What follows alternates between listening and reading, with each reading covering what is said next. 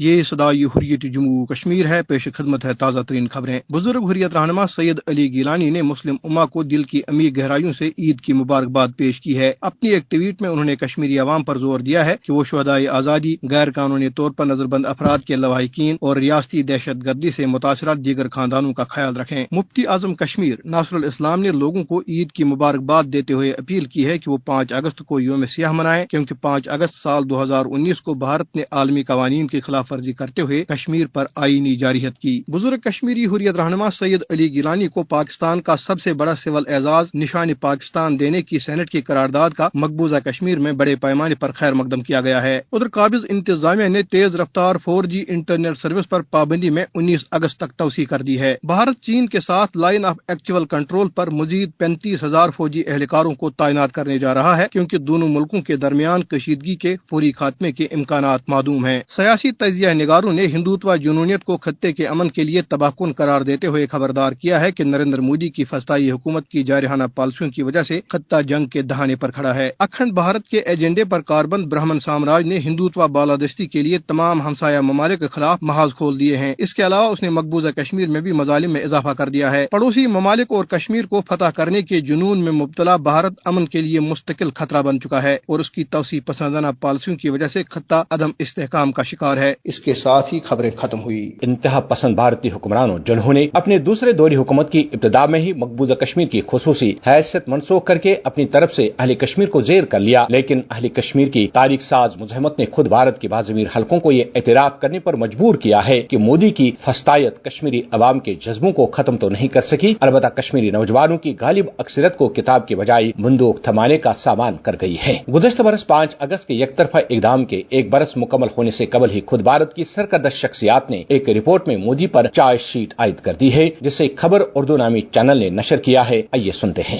دفعہ 370 اور 35A کی منسوخی کا 1 سال مکمل ہونے کے 2 ہفتے پہلے ایک اہم دستاویز شائع ہوئی ہے، جس میں مرکزی سرکار کو آڑے ہاتھوں لیتے ہوئے ایک غیر جانبدار رائٹرز گروپ نے 5 اگست 2019 کے فیصلے کو غلط ٹھہرایا۔ اس گروپ نے اپنی رپورٹ میں یہ بات واضح کی ہے کہ پچھلے کچھ سالوں سے جموں کشمیر میں بتدریج حالات خراب ہوتے جا رہے ہیں۔ رائٹرز فورم کے مطابق یہ حالات مرکزی سرکار کی پاکستان کے ساتھ بات چیت کے دروازے بند کرنے اور جموں کشمیر میں سخت گیر اقدامات اٹھانے کی وجہ سے سامنے آئے، جن کی وجہ سے لوگوں میں نا امیدی، غصہ اور غیر یقینی پیدا ہو گئی۔ خاص طور پر نوجوان اس عمل کا شکار ہوئے جو یہاں کی ملیٹنٹ تحریک کی قیادت کر رہے ہیں۔ 5 اگست کے بعد چین نے واضح کر دیا کہ جموں کشمیر کے متعلق اقوام متحدہ کی قراردادوں کو روب عمل لایا جائے اور 5 اگست کے فیصلے کو واپس لیا جائے۔ رپورٹ کے مطابق 5 اگست کے بعد انسانی حقوق کی پامالیاں بڑے پیمانے پر وجود میں آ گئی۔ لگ بھگ 6,605 لوگوں کو گرفتار کیا گیا، 144 نوعمر بچے بھی سلاخوں کے پیچھے ڈالے گئے تھے۔ رپورٹ کے مطابق جموں کشمیر کی معیشت بھی 5 اگست کے لمبے لاک ڈاؤن کے بعد بدحالی کا شکار ہو گئی۔